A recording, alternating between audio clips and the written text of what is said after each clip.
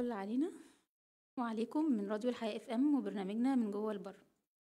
في الحلقة اللي فاتت اتكلمنا عن الحدود الصحية وازاي ان احنا نحافظ على الحدود بتاعتنا، وعرفنا يعني ايه حدود وايه هي انواعها، وازاي نقدر نحط الحدود دي مع الناس اللي حوالينا من غير ما نحس بالذنب او من غير ما نخسر الناس.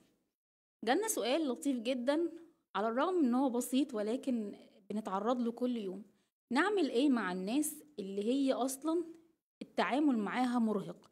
كل ما نحط معاهم حدود يتعمدوا ان هم يتخطوها ويحاولوا يضايقونا. الناس دي فعلا موجودة حوالينا في كل مكان، في البيت، في الشغل، في الكلية، في كل مكان هتلاقي حواليك شخص او عدة اشخاص مرهقين جدا في التعامل. كل ما تحط معاهم حدود تبص تلاقيهم اما ان هم بيتجاهلوها او اما ان هم بيحاولوا عمدا ان هم يكسروا في الحدود دي.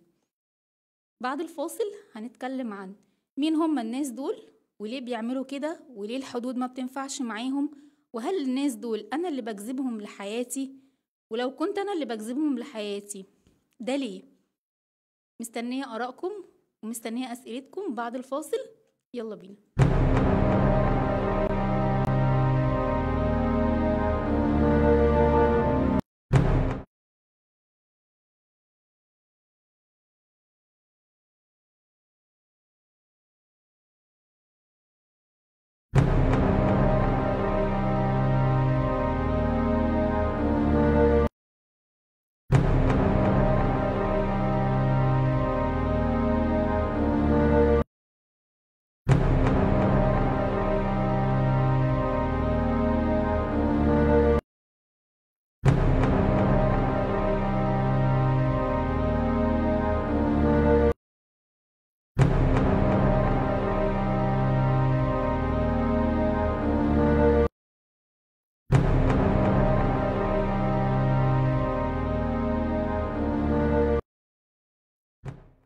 ورجعنا لكم بعد الفاصل، وسؤال حلقتنا النهاردة كان: لما ما تنفعش الحدود مع شخصيات معينة نعمل ايه؟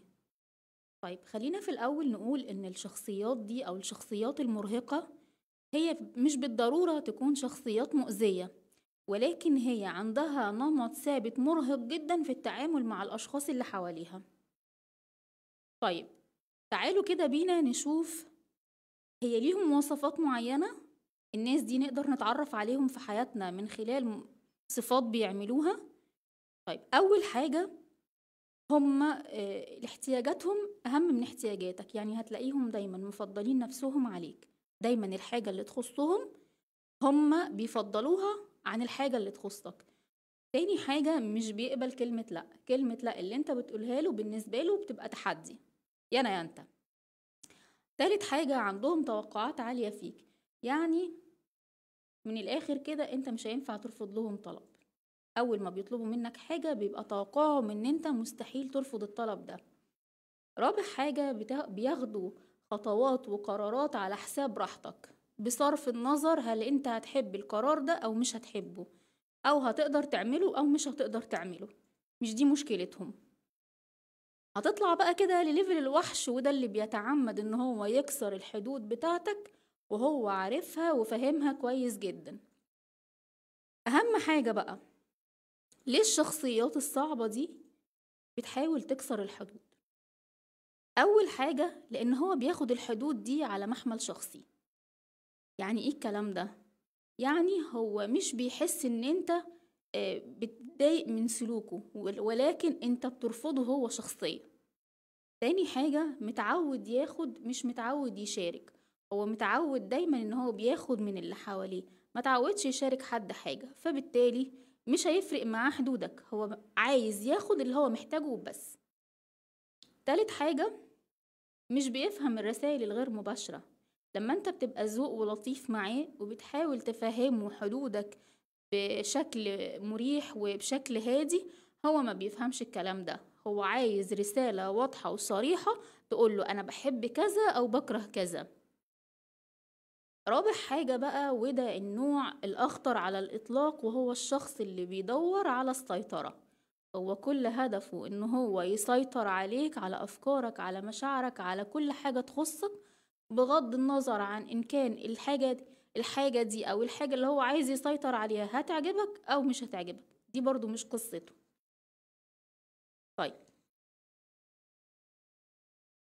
ايه كمان من أنواعهم؟ خلينا نقول إن الشخصيات الصعبة أنواعها كتير، ولكن احنا هنقول أهم 5 أنواع. عندنا مثلا الشخص المسيطر اللي احنا لسه متكلمين عليه من شوية. الشخص ده محتاج ان هو يسيطر على كل حاجة تخصك، سواء وقتك، تصرفاتك، كلامك، مشاعرك، علاقاتك. هو محتاج ان هو يسيطر عليك. طب ده نعمل معاه ايه؟ ده الحل معاه جملة قصيرة ومباشرة: انا مقدرش اعمل ده.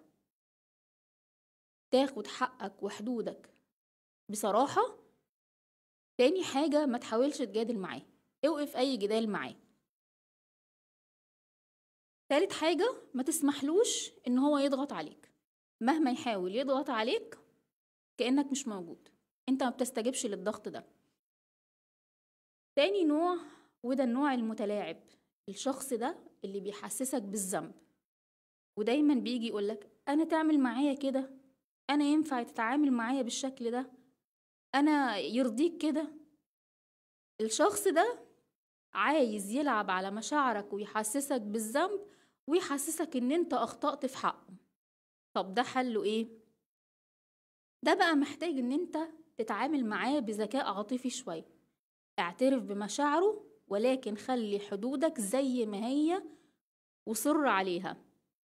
انا مقدر جدا مشاعرك ومتفهمها، ولكن اللي انت بتطلبه مني ده مش مناسبني. ثالث نوع، وده بقى المستغل اللطيف. حد كده طيوب وتلاقيه كده بيطلب منك الحاجة بلطف وبطريقة كده لذيذة وسلسة. معلش دي مش هتاخد منك دقيقة واحدة، طب المرة دي بس. حد برغم من ان هو سهل في التعامل ولكن طلباته كتير. الحد ده بقى لازم تعمل معاه حاجة واحدة بس: حدد الحاجة اللي انت تقدر تعملها عشانه، وحدد الوقت بتاعها. زي مثلا انا ما اقدرش اشاركك الموضوع ده غير مثلا من الوقت ده، من وقت كذا لوقت كذا، او انا مش هقدر انفذ لك الطلب ده غير مرة واحدة في الاسبوع. فانت هنا حددت وقت وميعاد للحاجة اللي انت تقدر تعملها عشان. رابع نوع، وده الشخص الجدلي. الشخص الجدلي بقى ده الشخص الزنان اللي عنده استعداد ان هو يفضل فوق دماغك علشان عايز حاجة معينة يعملها، وهيفضل كل شوية يضغط عليك بكل شكل وبأي صورة. طيب تعمل ايه معاه؟ اول حاجة، ما تخشش معاه في جدال، ما تحاولش تتناقش معاه. تاني حاجة، هتقوله انا متفهم رأيك ولكن ده قراري في الموضوع ده. تالت حاجة، لو حاول يزود كلام معاك وقف المناقشة لحد هنا، قوله انا اسف انا مش هقدر اكمل مناقشة. وده ليه؟ لان كتر ما انت بتجادل معاه كل ما هيحاول يستفزك لحد ما يزهقك ويخليك تتنازل عن حدودك، وبالتالي لو اتنازلت مرة هتفضل تتنازل على طول. خامس حاجة بقى، وده الليفل الوحش اللي احنا اتكلمنا عليه: الشخصية اللي بتنكر. الشخص ده اما بيتجاهل حدودك، بيبقى عارفها وعامل ناسي او مش واخد باله، او هو اصلا بيحاول يحسسك ان هو ما يعرفهاش اساسا، بينكرها من الاساس. الشخص ده علشان تتعامل معاه لازم يكون في اتفاقية ثابتة ما بينك وما بينه. يعني من الاخر كده تحط النقط معاه على الحروف: احنا هنتفق على 1 2 3، مش هيتغيروا. وياريت كمان لو الشخص ده تخليه يكتب الاتفاقية دي، لانه عشان بيتجاهلها او بيحاول ان هو ينكرها كأنها ما حصلتش، فده يبقى اتفاق مكتوب ما بينكم: اهو احنا اتفقنا على كذا وهو قدامك، فلو سمحت احنا مش هينفع نغير الاتفاق ده. طيب جينا بقى لأهم سؤال وأهم جزئية في الحلقة: هو أنا الشخصيات دي أصلا أنا اللي بجذبها لحياتي؟ هل هي فعلا أنا السبب في دخولها حياتي؟ الإجابة هنا بنعم ولا. لا، لأن إحنا حوالينا شخصيات كتير في حياتنا، مش كل حد هيدخل حياتنا المفروض إن إحنا هنعرف إن كان هو شخصية صعبة ولا مش شخصية صعبة. إحنا بنعرف ده مع التعاملات المستمرة. ولكن بقى استمرار تكرار وجود الأشخاص دي حواليك بيدل على إنك عندك نمط سلوكي معين بيخليه الناس دي هي تتعامل معاك. طيب ايه الحاجات اللي انت ممكن تعملها وتكون مخلي الناس دي حواليك؟ اول حاجة ان انت بتبرر اي افعال مؤذية ممكن تتعامل معاك. تاني حاجة ان انت اصلا اتربيت على ان استيعاب الناس حاجة اساسية، ولكن استيعاب الناس ما بيكونش في كل وقت وفي اي وقت، وما بيكونش على طول. انا ممكن استوعبك مرة واتنين وتلاتة، لكن بعد كده خلاص المفترض ان انا بشوف ايه اللي يناسبني وايه اللي ما يناسبنيش. تالت حاجة ان انا بسامح كتير. السماح يعني خصلة لطيفة، ولكن مش كل مرة هتغلط في حقي المفترض ان انا سامحك. المفترض ان انا اعرفك الغلط اللي انت عملته علشان ما تكررهوش تاني. فكون ان انا بسامح على نفس الغلط ده بيخلي نفس النمط يتكرر تاني في حياتي. طيب رابع حاجة بقى ان انت بتخاف من الخسارة او الرفض. لما بتخاف من الخسارة او الرفض ده بيخليك تستقبل شخصيات هي اصلا متعمدة تخش حياتك لانها عارفة ان انت مش هترضى ان انت تخسرهم، فهتنفذ لهم كل اللي هم محتاجينه. الخلاصة هنا لو انت بتلاقي حواليك اشخاص كتير بيحاولوا ان هم يتعدوا حدودهم معاك، اعرف ان انت بتساعدهم على ده، واعرف ان انت عندك حاجة محتاج ان انت تكتشفها وتعدلها في نفسك، مش عشان تلوم نفسك ولكن علشان تعرف تحط حدود لنفسك كويسة، وتعرف تنظم علاقاتك، وتعرف تنظم مين اللي يدخل حياتك ومين اللي ما يدخلش حياتك. هنشوفكم بعد الفاصل وهنقول الملخص، ولو في أسئلة هنجاوب عليها.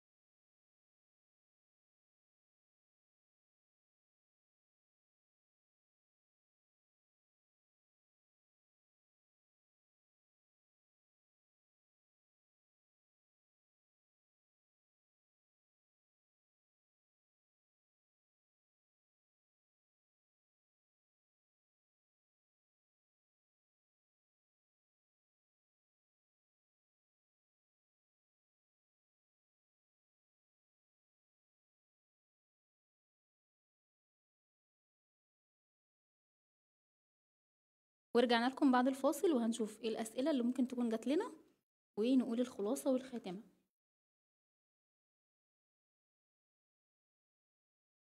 والله كنت متوقعة السؤال بيقول نعمل ايه لو الأشخاص دي شخصيات قريبين لينا، يعني مثلا في إطار البيت أو في إطار الشغل كمديري مثلا، أو حد مش هينفع ما تعملش معاه. أول حاجة محتاجين نفهمها إن إحنا لازم نتفهم اختلاف الناس. إزاي؟ يعني أتفهم إن الشخص ده مش هيعاملني بنفس الصورة اللي أنا بتعامل بيها معاه، فأتفهم اختلافه. تاني حاجة، في شخصيات كده قريبة مني جدا مش هينفع أدخل معاهم في صدام، وعشان ما أدخلش معاهم في صدام فأنا محتاجة أعمل 3 حاجات. أول حاجة إن أنا أتقبل اختلافهم زي ما أنا قلت. تاني حاجة أتجنب أو أتغافل. يعني إيه أتجنب أو أتغافل؟ أول حاجة أتجنب إني أنا أخش معاهم في صراع. لو أنا عارفة إن الموقف ده في الآخر بتاعه هيحصل صدام ما بيني وما بينهم، أو إن هم هيتعدوا حدودهم معايا، فأنا بتجنب الموقف ده، تجنب إن أنا مخسرهمش، مش عشان أنا ضعيف مقدرش أرد عليهم. أو أتجاهل. يعني إيه أتجاهل؟ يعني أتجاهل إن إحنا أي رأي ممكن يكون مخالف لرأيي. تمام، أنا متفهمة إن ده رأيك وإن دي فكرتك وإن دي قناعتك، ولكن أنا عندي وجهة نظر تانية. من الآخر كده بمنتهى اللطف. تالت حاجة أنا محتاجة إن أنا أتعامل مع الناس دي، أتعلم الذكاء العاطفي. من أهم المهارات اللي بتخليني أقدر أتعامل مع الناس كلها مهارة الذكاء العاطفي.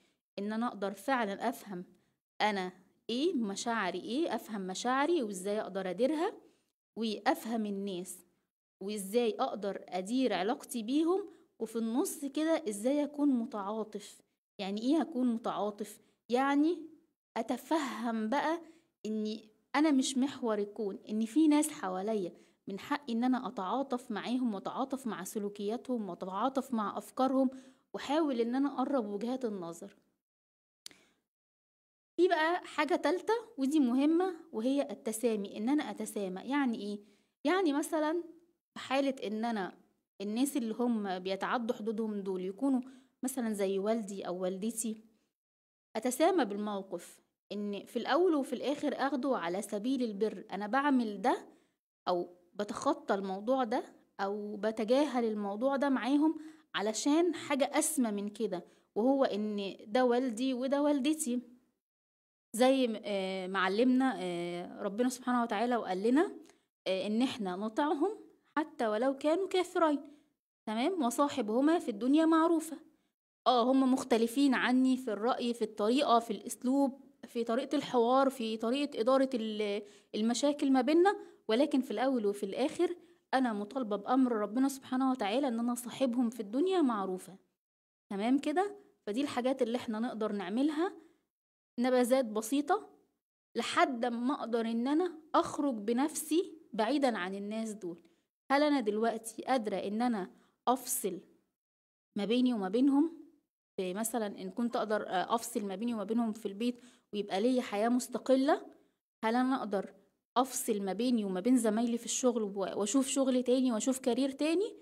طيب، يبقى أنا قدامي الحلول اللي احنا قلناها لحد ما أقدر أفصل وأروح في بيئة تانية أعرف أعمل فيها حدود صحية مع الناس اللي حواليا.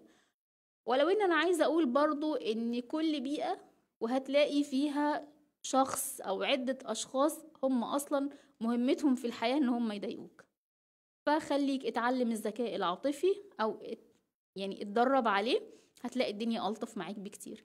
من هنا هتبقى عارف ان الحدود مش عشان نخسر الناس، علشان نعرف نتعامل ازاي معاهم ونعرف نصنفهم ونعرف مين اللي هو نقدر ان احنا شوية نسمح له ان هو يتجاوز معانا حدودنا ونتعامل معاه ونتغافل عن الحاجات اللي بيعملها، ومين اللي لا قولا واحدا احنا مش هينفع ان احنا نتعامل معاه ولازم نحطه في كورنر كده معين ان ده ما نتعاملش معاه من الاساس.